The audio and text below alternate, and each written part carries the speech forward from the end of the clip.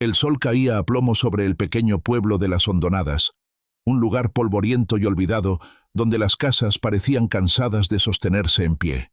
Lucía Ponce, con sus 10 años y una seriedad impropia de su edad, conocía cada grieta de ese paisaje.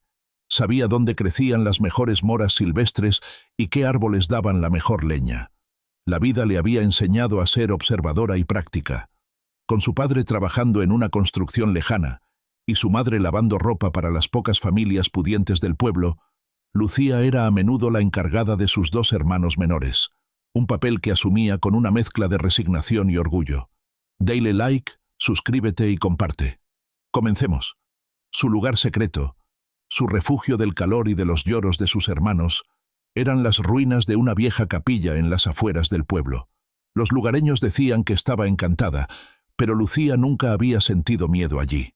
Las paredes de adobe desmoronadas y el techo a medias ofrecían una sombra fresca y un silencio que era difícil de encontrar en su abarrotada casa de una sola habitación. Fue en una de esas tardes bochornosas, mientras buscaba trozos de madera seca cerca de la capilla, cuando oyó un sonido que no pertenecía a ese lugar. No era el zureo de una paloma ni el susurro del viento. Era un gemido débil y agudo, casi como el de un gatito. Con el corazón latiéndole con fuerza, siguió el sonido hasta el interior de las ruinas. Allí, en el rincón más oscuro, donde una vez estuvo el altar, había una canasta de mimbre. Y dentro de la canasta, envuelto en una manta de un tejido tan suave que nunca había sentido algo igual, había un bebé. Lucía se quedó paralizada. El bebé no podía tener más de unos pocos meses. Tenía un mechón de pelo oscuro y unos ojos grandes y asustados que la miraban fijamente. No había nadie más a la vista. El silencio del campo se cernía pesado a su alrededor. El bebé sollozó de nuevo, un sonido que le atravesó el corazón. El pánico inicial dio paso a una oleada de protección. Miró a su alrededor, buscando una nota, una señal de quién podría haberlo dejado allí. No había nada, excepto un objeto frío y brillante que colgaba del cuello del bebé por una fina cadena de plata. Era un relicario, de forma ovalada y con un grabado intrincado que representaba un árbol con raíces profundas. Sabía que debería correr al pueblo, buscar al alguacil, contarle a su madre. Pero una duda la detuvo. Conocía la dura realidad de su mundo. Un bebé abandonado probablemente terminaría en un orfanato de la ciudad, un lugar del que se contaban historias terribles. En su casa, apenas había suficiente comida para ellos. Su madre, con todo su amor, no podría hacerse cargo de otra boca. En ese momento, Lucía tomó una decisión que cambiaría su vida. Una decisión nacida de la compasión y de una sabiduría infantil. Cuidaría del bebé. En secreto. El relicario era demasiado fino, la manta demasiado cara. Quienquiera que lo hubiera dejado, no era pobre. Quizás volverían. Ella solo tenía que mantenerlo a salvo hasta entonces. La capilla se convirtió en su guardería secreta. Usó su ingenio de superviviente para cuidar al pequeño, al que llamó Ángel. Le llevaba agua en una vieja botella de vidrio.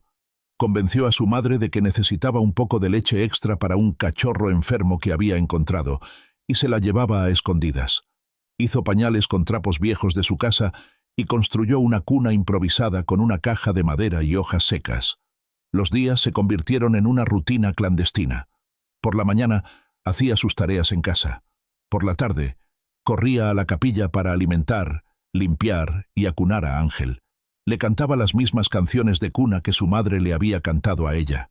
El bebé, que al principio estaba asustado y débil, empezó a responder a sus cuidados. Sus llantos se convirtieron en balbuceos, y a veces, cuando Lucía le hacía una cara graciosa, una pequeña y desdentada sonrisa iluminaba su rostro. Lucía se enamoró perdidamente de él. Se sentía como su madre, su protectora, su único ancla en el mundo. El relicario de plata era su único vínculo con el misterioso pasado del bebé. A menudo lo sostenía en su mano, sintiendo su peso, tratando de descifrar el significado del árbol grabado. Parecía un secreto esperando ser revelado. Pero guardar un secreto tan grande era una carga pesada. Sus padres notaban su comportamiento extraño, sus largas ausencias.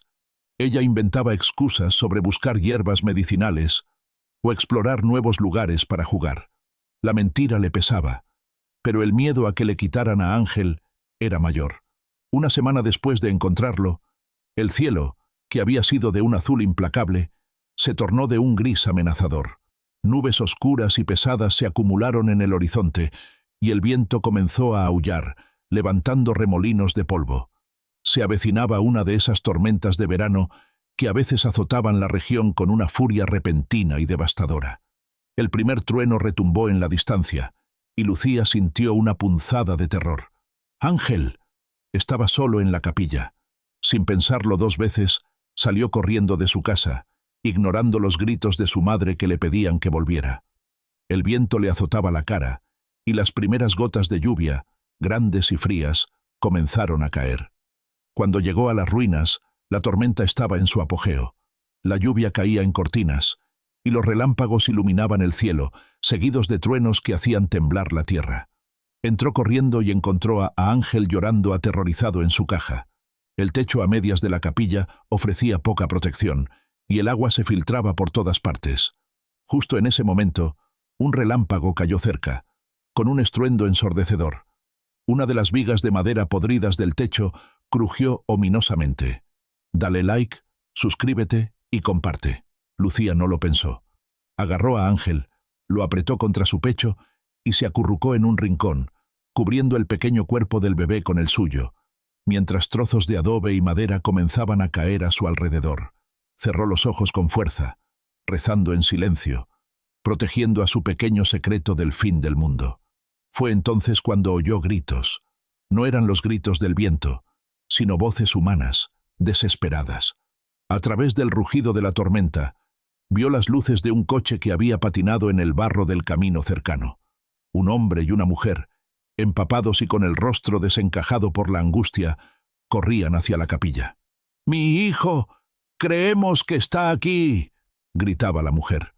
Se detuvieron en seco al ver la escena, una niña pequeña y flacucha protegiendo a un bebé de los escombros que caían. El hombre se abalanzó y los sacó de allí, justo cuando un trozo más grande del techo se derrumbaba donde habían estado segundos antes. A salvo bajo la lluvia torrencial, la mujer le arrebató el bebé de los brazos. Lo abrazó, llorando de alivio, cubriendo su carita de besos. El hombre se arrodilló frente a una Lucía temblorosa y confundida. «Lo has salvado», dijo, con la voz quebrada por la emoción. «Has salvado a nuestro hijo». La historia que contaron parecía sacada de una pesadilla. Eran los de la Torre, una familia adinerada de la capital. Su hijo, Mateo, había sido secuestrado una semana antes por un ex empleado en busca de un rescate. Pero el plan del secuestrador salió mal. Asustado por un control policial en la carretera principal, se desvió por los caminos rurales, entró en pánico y abandonó al bebé en la capilla, un lugar que recordaba de su infancia, con la intención de enviar una nota de rescate más tarde. Antes de que pudiera hacerlo, fue arrestado por otra causa, y solo confesó dónde estaba el niño esa misma tarde. Los de la Torre habían estado corriendo contra el tiempo y la tormenta para encontrarlo. «¿Y esto?», preguntó la señora de la Torre, tocando el relicario de plata que aún colgaba del cuello del bebé. El secuestrador se lo quitó. Creímos que lo habíamos perdido para siempre. Abrió una pequeña pestaña en la parte posterior del relicario, revelando un compartimento diminuto. Tiene un rastreador, pero la batería se agotó. Acaba de volver a funcionar hace una hora. Así es como os hemos encontrado». Lucía los miró, con los ojos muy abiertos, mientras la increíble verdad la golpeaba. Ángel era Mateo. El secreto que había estado guardando no era solo un bebé abandonado, sino el hijo perdido de esta gente rica y desesperada. Los de la Torre estaban abrumados por la gratitud. Miraron a Lucía, su ropa raída, sus pies descalzos, y luego miraron a su hijo, sano y salvo en los brazos de su madre. Se dieron cuenta de que esta niña, que no tenía nada, le había dado a su hijo todo lo que importaba: calor, comida y protección. No la recompensaron con un puñado de billetes. Hicieron algo mucho más profundo. Al día siguiente, regresaron a las hondonadas. Hablaron con los padres de Lucía, quienes se enteraron por primera vez de la heroica hazaña de su hija.